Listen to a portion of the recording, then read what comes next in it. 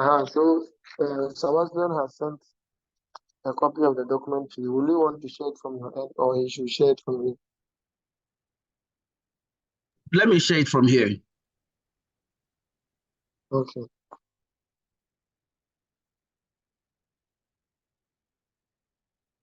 So, like I said, today's discussion is about chapter. I don't know if anybody has any question about chapter 1 before we go on. And please, let us all observe the rules. It is not fair that as adults as we are, when we are having an engagement, I have to mute everybody. It is not nice. It's not nice at all, but some of you will just not listen to the rules. It's very, very disheartening. It just tells you our character as a nation. We would never obey rules. And that is not fair. Please let us observe. If you are not talking, keep your mic muted. Simple. We don't want to know what is happening in your background.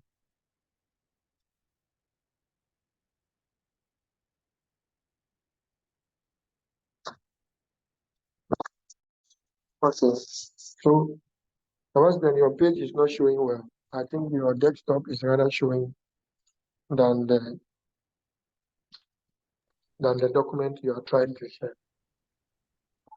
So while Sebastian is taking time to share the document, if you have any question, unmute yourself and ask. Otherwise, I will assume that everybody is okay with chapter 1, and we can comfortably go to chapter 2.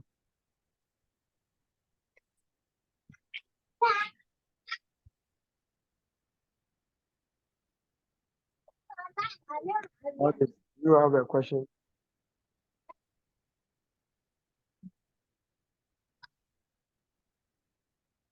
I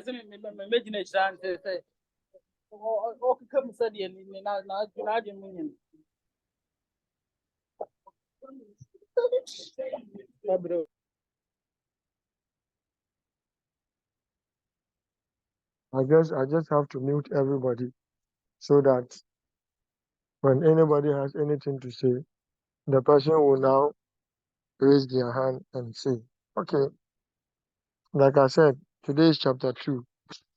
But when your document is not showing well, can you share it?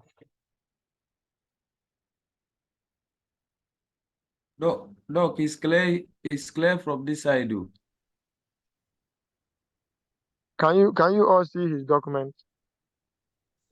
Yes, Doc. Yes, please. Yes, Doc. Yes. Okay. So it's one page, so I don't need to see it. I cannot see it. So the heading of chapter 2 is literature review, and this is when we are going to do a write-up. You will find that this is the chapter that carries only 10 marks, but it is a chapter that can cancel your degree. It's one chapter that can easily cancel your degree, even 40 years, 50 years after you have finished school.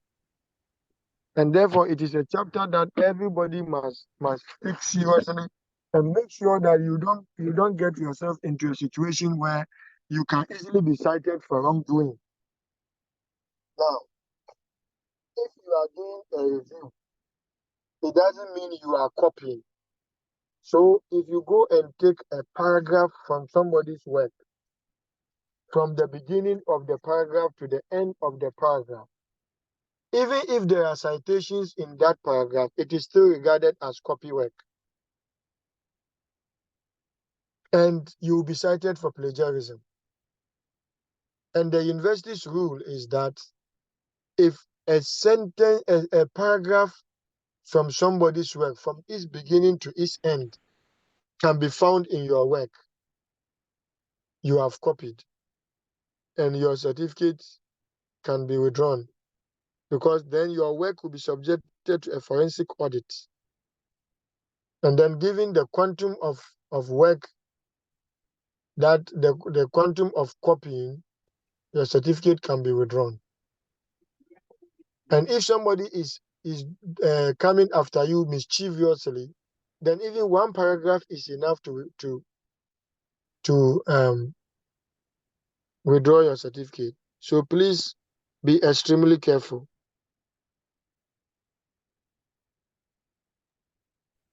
Having said that, I think you can all see that the heading is chapter 2 and its name is literature review. So I don't want anybody to bring me a review of literature. No, the heading is literature review, and that is what you should use. Now, it has 5 sections. The first section, 2.1, is introduction. In the introduction, you are supposed to present the chapter. So this chapter is about the review of literature, and it covers this number of sections. The first section is so and so. Second section, you can briefly describe what each section is about. How elaborate you want to be is your business. The introduction should not go beyond 1 page. Even 1 page, you have been overly elaborate. It should be like half a page. It shouldn't also be 1 line. It shouldn't be 1 line.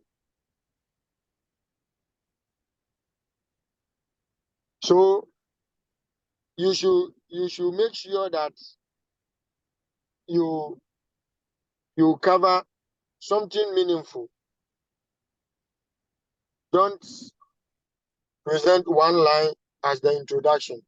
And don't start the introduction from 2.0. Start from 2.1.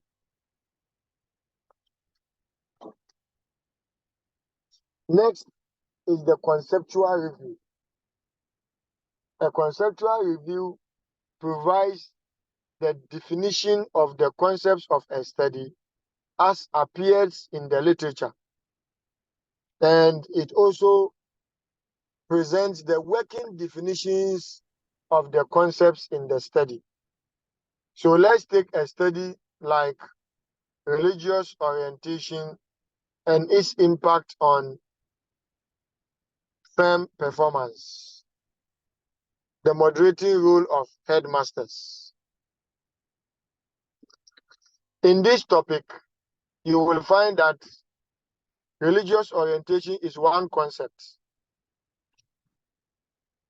Firm performance is another concept. Headmasters, as used here, is another concept. So you have 3 concepts in the study. Unless in your objectives, you have introduced another variable. So sometimes somebody can say the first objective is to examine the nature of financial performance. So even though financial performance was not in the topic, financial performance has been introduced into the objectives. Therefore, it has also become a concept.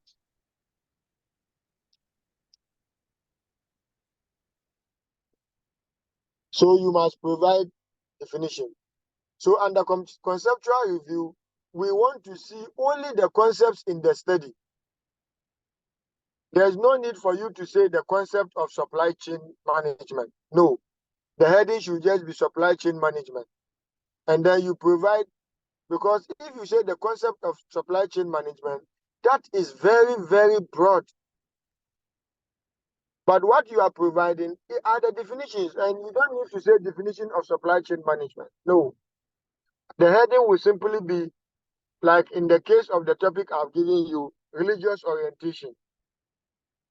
Then you want to provide the definitions of religious orientation as appears in the literature. So every definition you provide, you must cite it. Avoid quoting. As much as possible, avoid quoting. So you can say Muntaka Eta defined religious orientation as,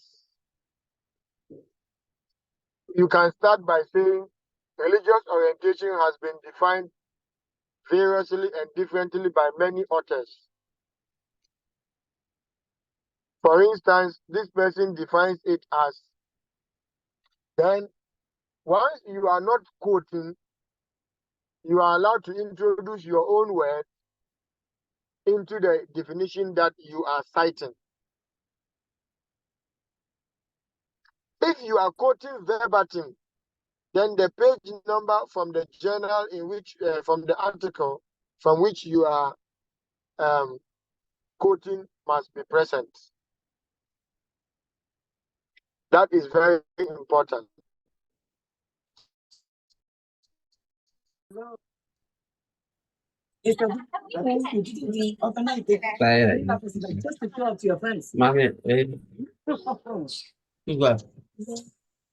Any other thing that is not doing, why?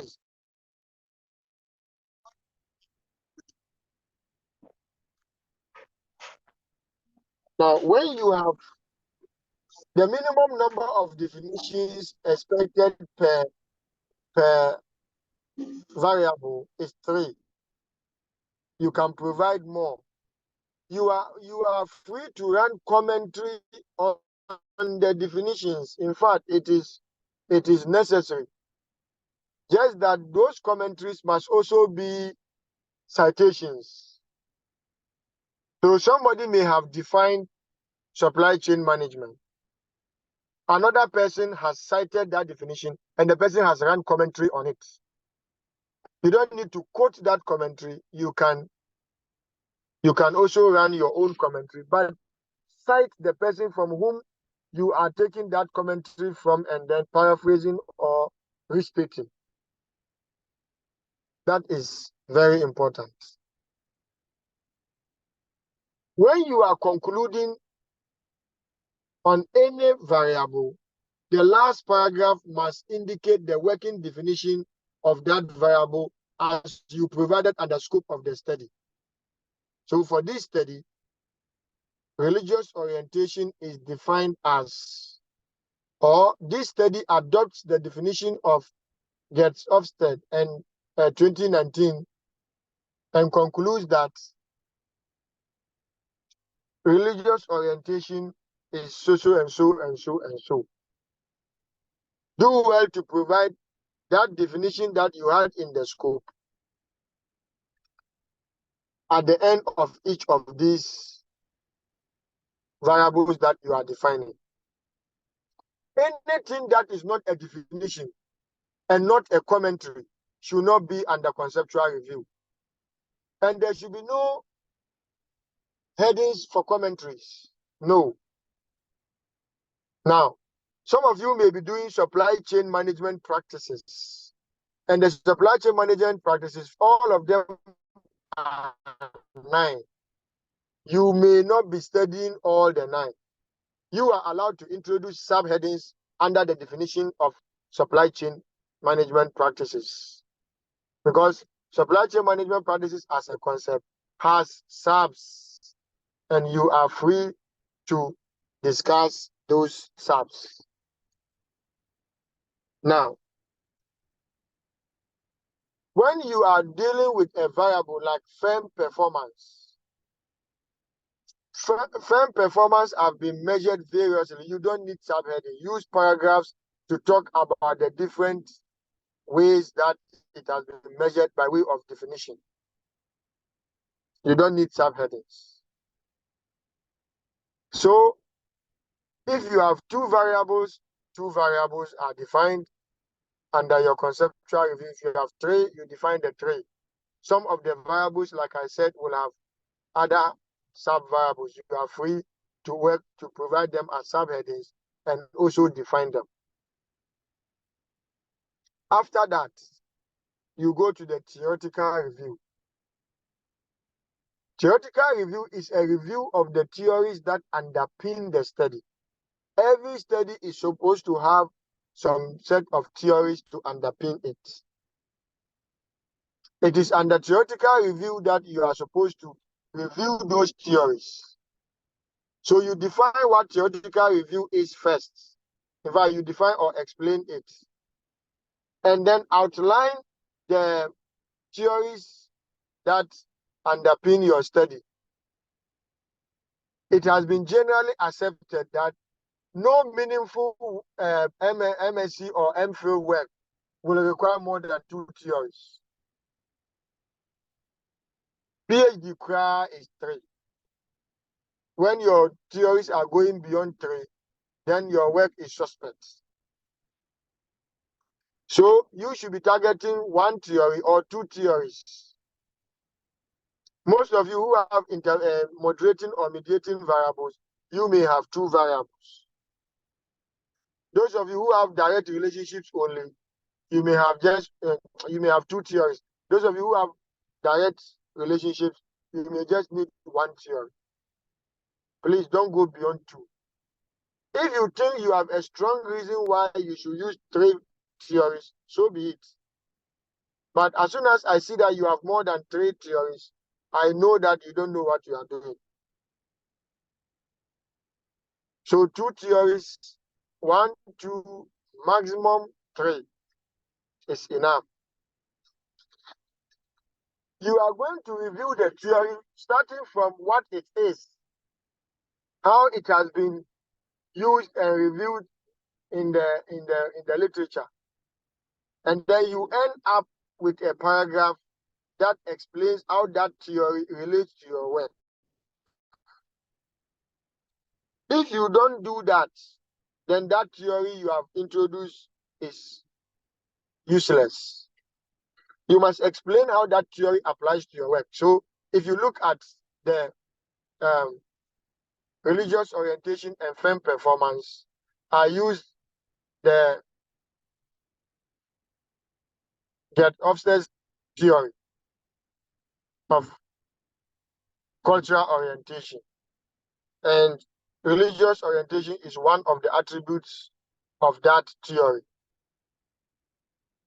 So you start off by indicating that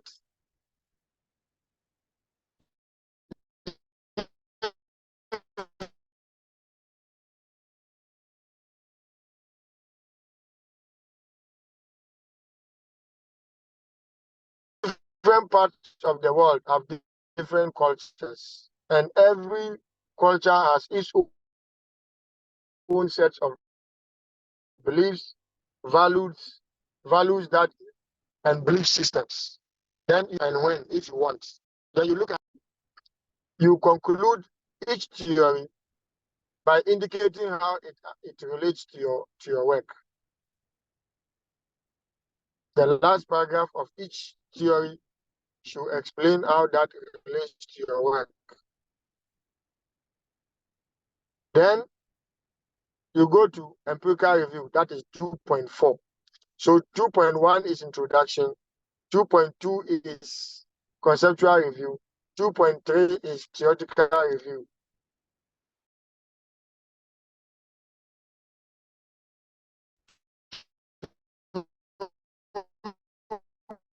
2.4 is other works that you finish up with your literature review table.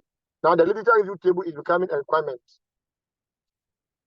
Remember that it is not enough for you to just be telling us John and John 2019 studied this, their variables were this, their sample size was this, and they came out with this finding.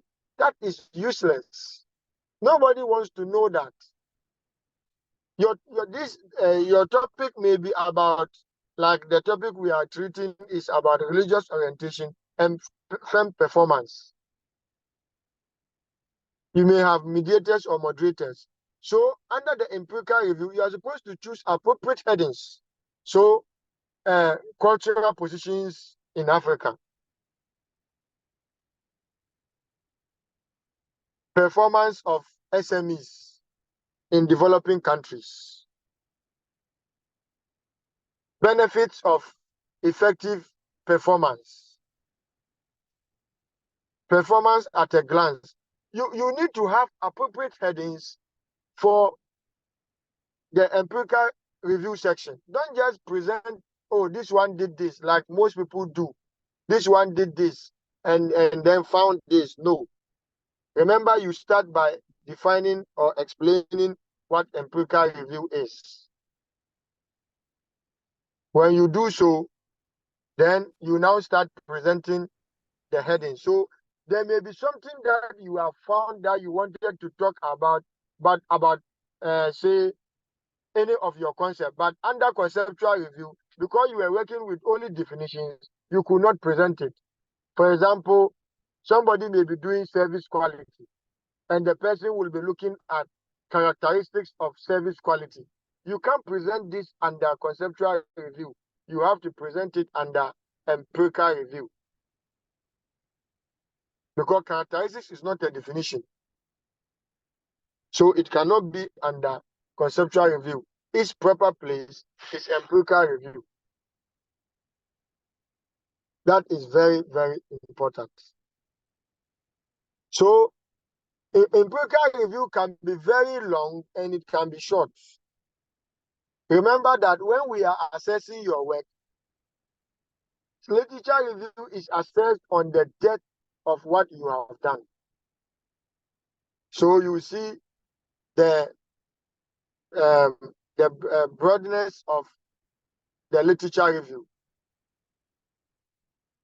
So if you let your empirical review session be very small, your literature review is going to be very small, because conceptual review, any concept you are reviewing, I don't expect it to go beyond 2 pages, because you are providing definitions and commentaries of the definitions. So conceptual review may just be like, if you have three concepts, it may just be like 5 or 6 pages.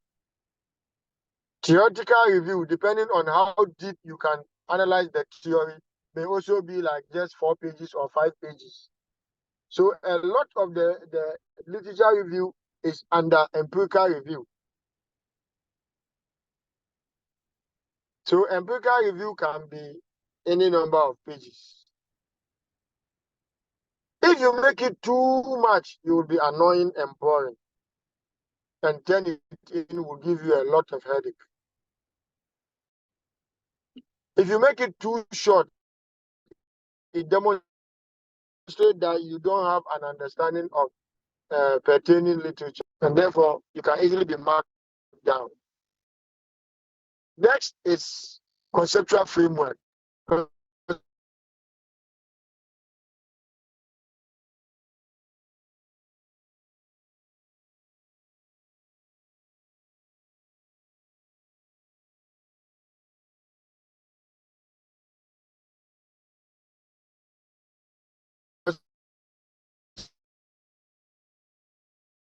Conceptual framework is different from conceptual review.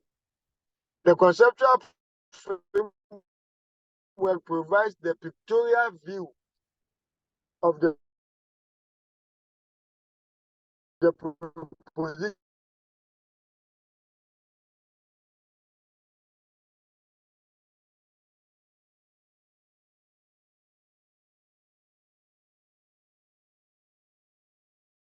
Okay, so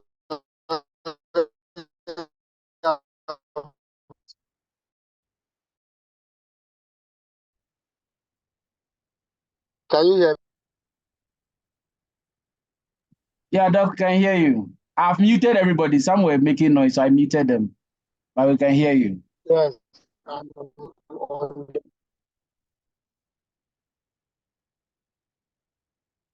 Okay. Great. So anytime I'm waking, let me know. But I'm on the stretch to my house. I should go past it.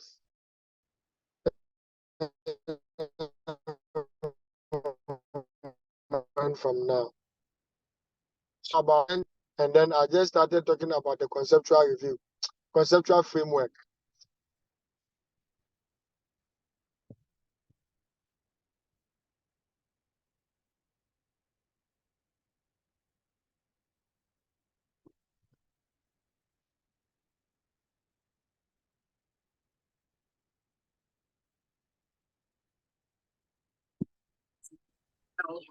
For those of you who have experience a lot in this the YMP, few up to use.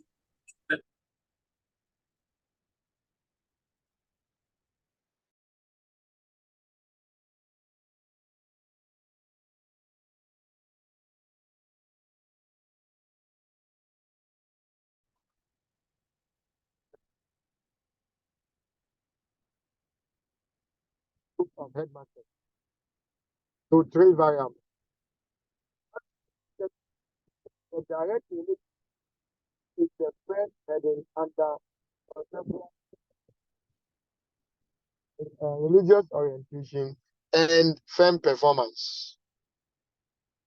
Then you look at the empirical review you have done and the theoretical review and provide a write-up of why you think religious orientation should have a relationship with firm performance and what kind of relationship you think should exist. At the end of that section, so 2.5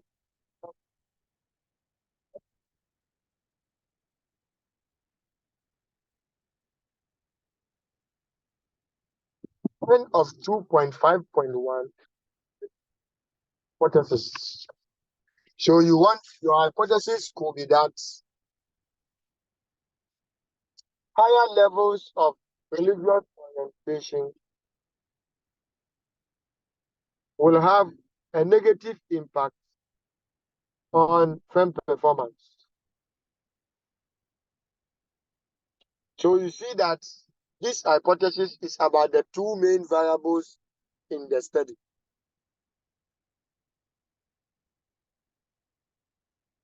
Then you have 2.5.2.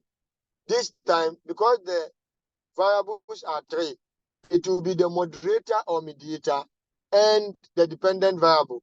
So my moderator here was headmasters. So it will be headmasters and firm performance. You again explain using or present using your empirical review and the theoretical review why you think there should be a relationship between headmasters and firm performance. And what kind of relationship would you expect?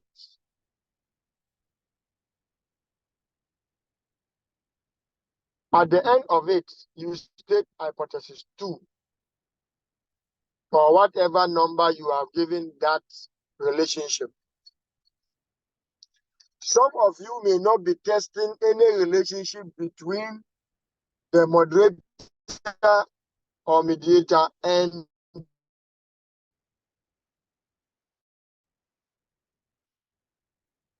for mediator, you may not want to test the relationship between the moderator and the independent variable. And the dependent variable, sorry, you will not need this 2.5 point. You will not need it, but you still have 2.5.2 being all the 3. For those of you who want to test that relationship, that will be 2.5.2 and at 5.3. This is where you bring all the 3 variables together. And you don't want to say the moderating effect of headmasters on the relationship between religious orientation and firm performance. That can be a heading under empirical review.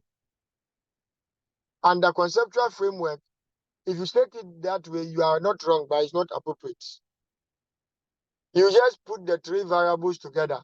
So religious orientation, comma, then you bring the moderating variable or mediating variable, headmasters, and firm performance.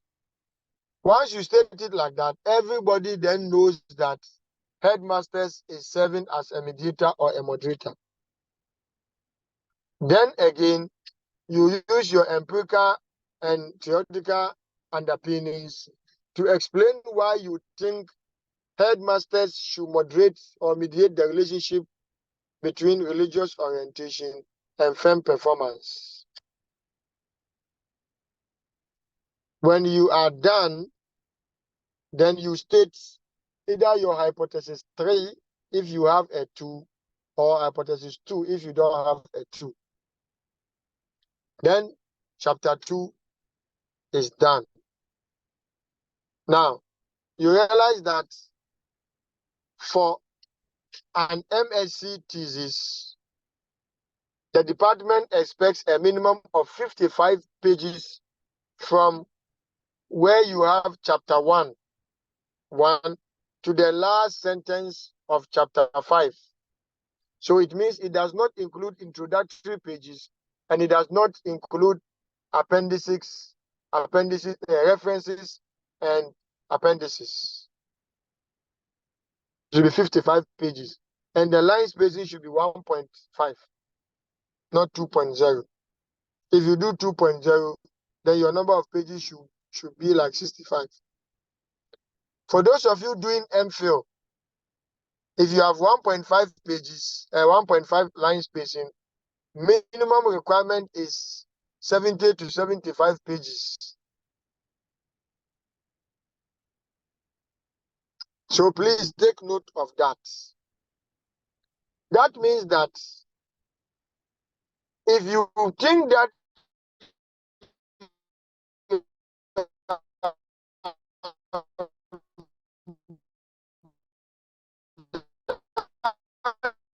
a good job and your pages are not, you have to go, that is where to be balance that concern this thing.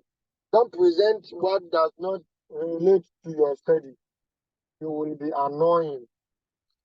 So you are presenting things, yes, but you are presenting what relates to your study.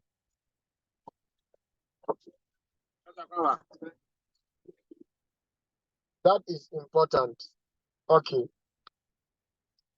I'll leave it here. If anybody has a question, please ask.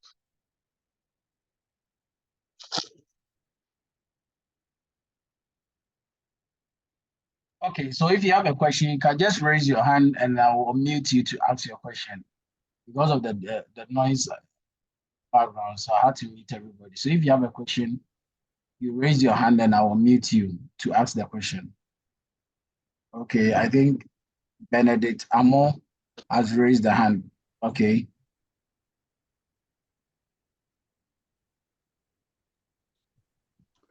Hello, good evening, Doc.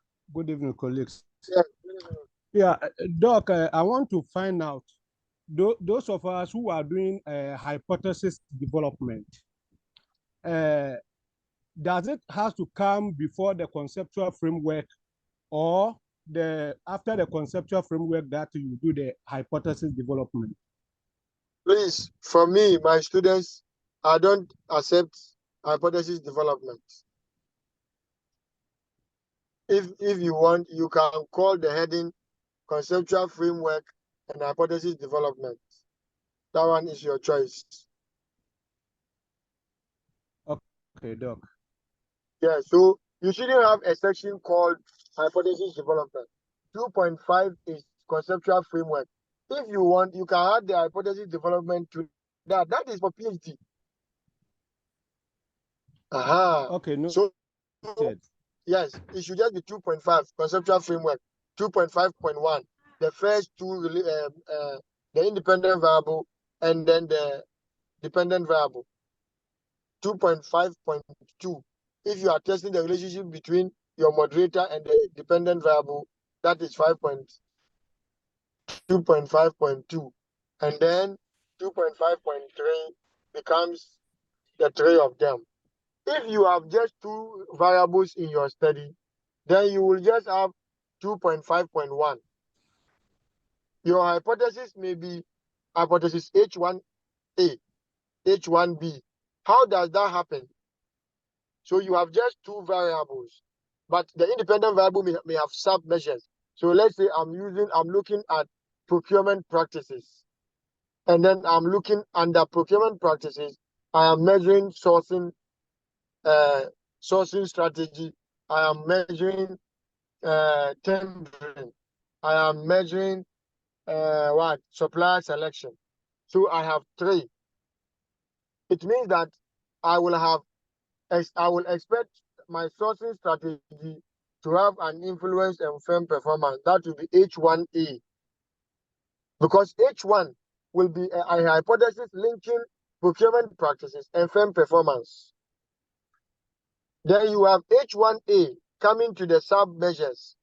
So sourcing strategy and firm performance. H1B, tendering method and firm performance. Then H1C, whatever, and then firm performance. So I don't expect a heading called hypothesis development. Benedict, is your question answered? Okay, I'm sure Benedict is muted. Well noted, Doc. Well noted. Thank you. All right.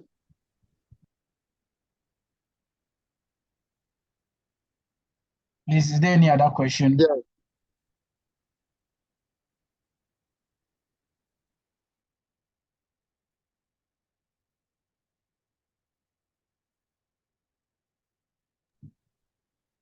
Please, on the chat, somebody is asking, please come again on the number of pages requirements. Please listen to these things and listen to them well. If you are doing MSc, the department expects a minimum of 55 pages at 1.5 line spacing.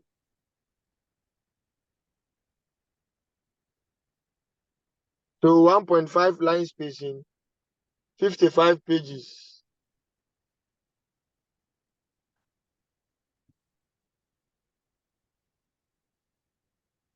Then, if you are doing double space, then your pages should be like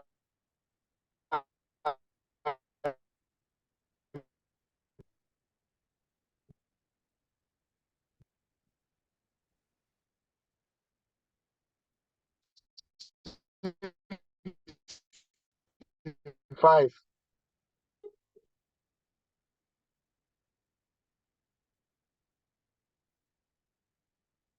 Okay, I hope I've answered your question.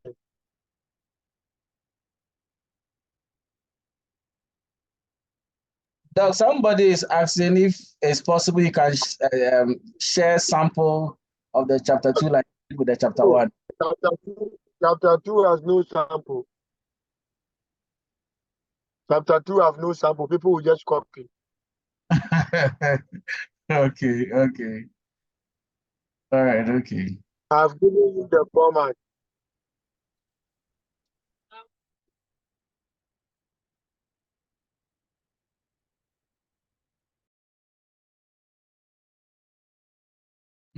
I'll share the what do you call it? The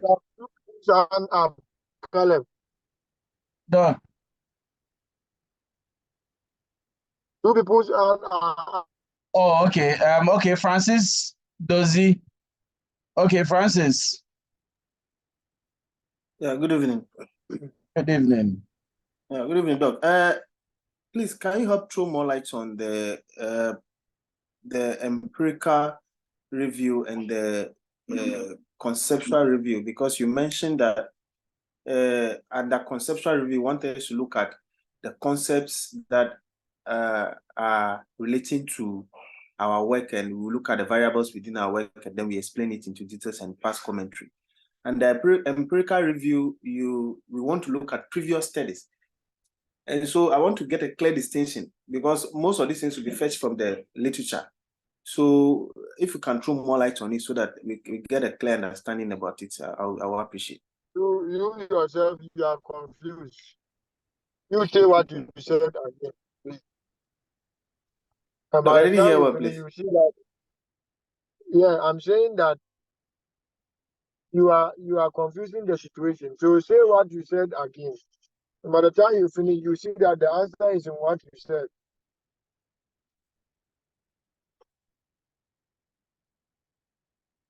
Can Okay, you hear me? to repeat what you just said because the answer is in what you were just asking. He said repeat it again.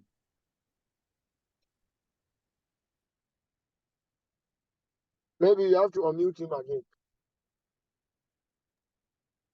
Thank you very much. So I went off. So I was saying that I understand, but the understanding I got from what you just took us through is that under conceptual review, we look at the variables in the our topic, and then we explain it extensively and give commentary on them. And then under empirical review, Explain it extensively. well, if you said we should define the concepts that are relating to the variables within our topic, and then do what? and then pass commentary on it. Yes. So explain the thing. Then you also said that under the empirical review, we will look at previous studies that have been done. Yes, and the appropriate headings. Yes. What is a little bit confusing for me is that both of this information will be fetched from available literature. But literature will have its definitions and other things. Somebody, in fact, you can take a journal article and the person has outlined the benefits of effective customer management. But it's not a definition. So that can only come under empirical review. Okay. So most of the things that you will find in the literature that do not constitute definitions come under empirical review. So you have to create a heading for what you think you have found. Okay. Okay.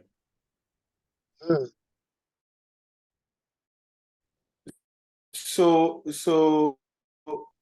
conceptual review, you are stating facts and things that have been established by other scholars. In the whole of chapter 2, you are stating facts and things that have been found by other scholars. Except that what you are stating will have different sections in which they can fit.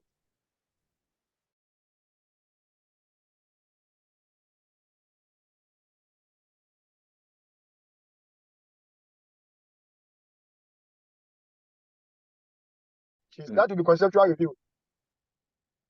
So, and that the whole of chapter 2 is about facts that have been found in literature, except that they will be going under different sections. Okay. So, if I'm saying what riches is, that will be under conceptual review. If I'm talking about benefits of being rich, that will be under empirical review. Okay. Characteristics of riches, that is empirical review. Okay. That cannot be definition. Okay.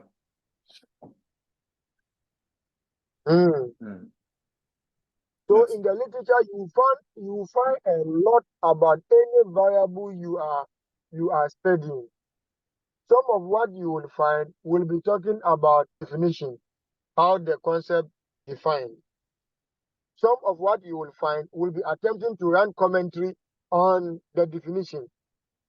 Some of what you will find will be about other the variable. So you put each of them, even the theories. Theories are facts, just that they are presented in a way about the variable. So say I'm presenting the transaction cost theory because I think it fits my work. That's fine. The theory will say that the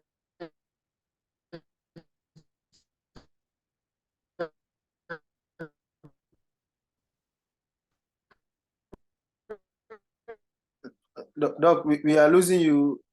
We are losing you. I think the network is going off.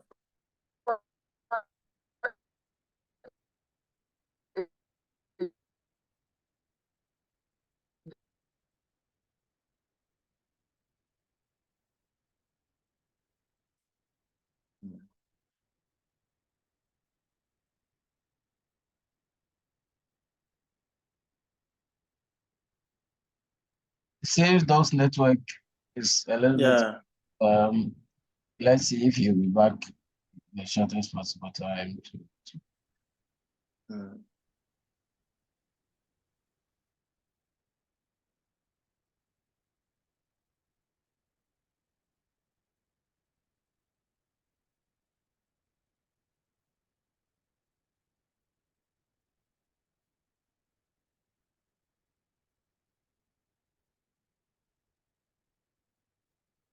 I think he's off now.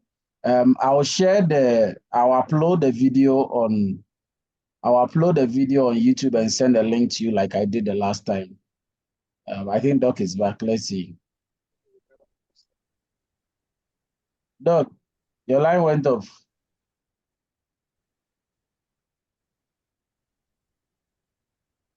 Yes, Caleb, give me a few minutes. Okay. I think he's trying to pack, so let's see. So like I was saying now, I've recorded the video. As soon as we are done with the class, I will upload it on YouTube and I'll send the recording to you just like I did for the chapter 1. And I'll try and do it for all the other chapters so that at least you can always go back to it and make reference to the video.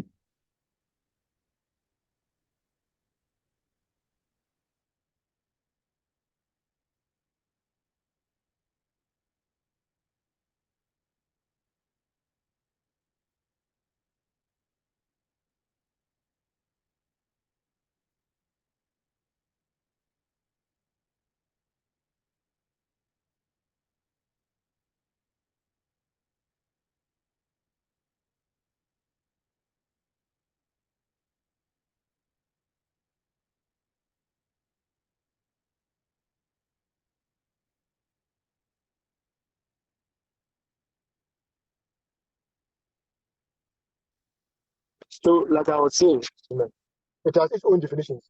But if you come to the nature of supply chain, you can't put nature of supply chain under conceptual review. That will be under empirical review. So maybe your first objective is to examine the nature of supply chain management in the manufacturing sector.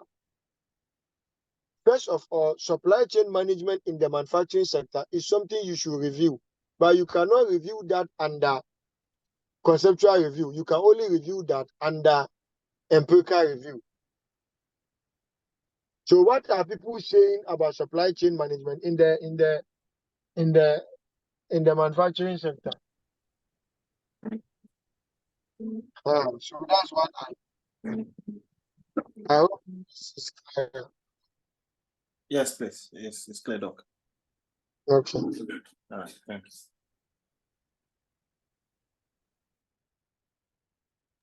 Mami Kuya. Okay, sir, good evening. Yeah. Sir, please, under the empirical review, I wanted to get the clear understanding here. You were saying we should give appropriate headings at the start of each review. So let's assume I'm reviewing a study on supply chain resilience. It's not at the start of each review.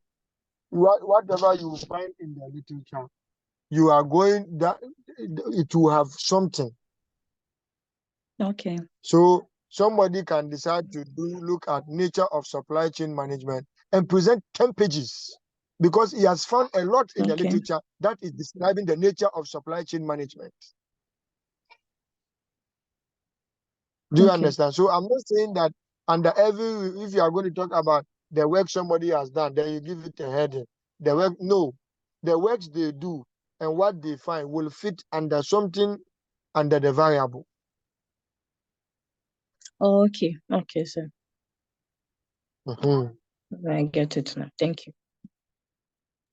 Okay. Okay, your network is okay now. And all the times you tried talking about the number of pages and the others, your line was very bad. I don't know if it's not too late to, at least for the last time, just brief it. I, I'm saying that for the for MSc the minimum number of pages required if your line spacing is 1.5 is 55, and that is from page 1 to the last sentence of page 5.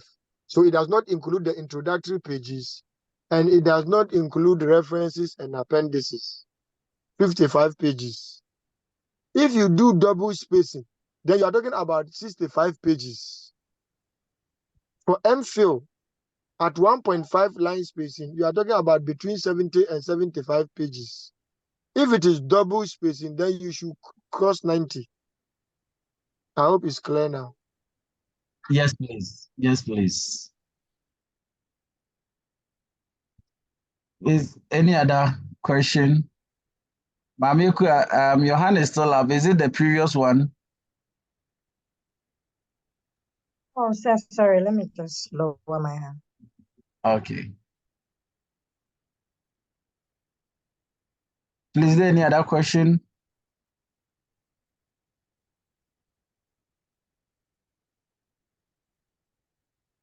Okay, there's no question too in the chat, so I think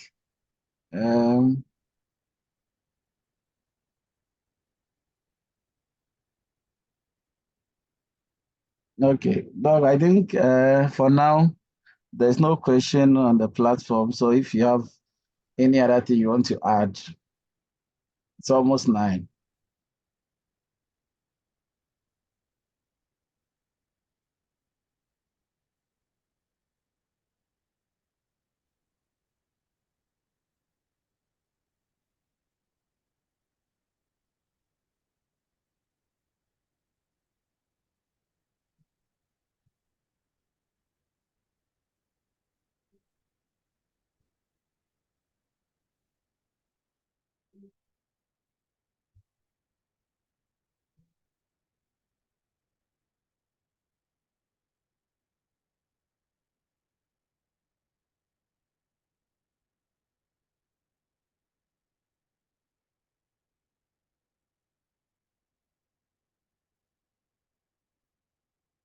I don't have anything to ask time. Everybody should reduce on Sunday, God willing, for those of you whose questionnaires have not yet, that is my worry. So in all of them, I'll close your work tomorrow. Then if we finish with chapter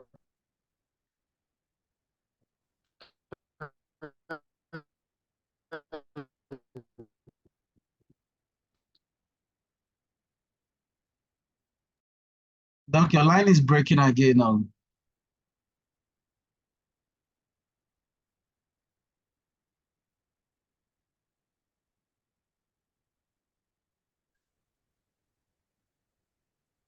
I'll make you a co-host, and then you are able to share part of your work for me to look at it. Then we will come to chapters 4 and 5. For that one, there is no guide. The guide is what I have sent to you. I'll just take you through a few techniques for presenting chapter 4 and 5. And then everybody can do theirs. I know the department said 15th January. I'm going to do my best to buy a little more time, like 5 more days or a little more, so that I can read some of your works if you are bold enough to share it. Before you share, you should know your work, because I'll ask you questions. And then I'll look at how appropriate what you are presenting is. That's what I have to say. So If there are no questions, I'll see you on Sunday. Okay, Doc. Thank you very much, and have a good evening, everybody. Thank you too. Bye.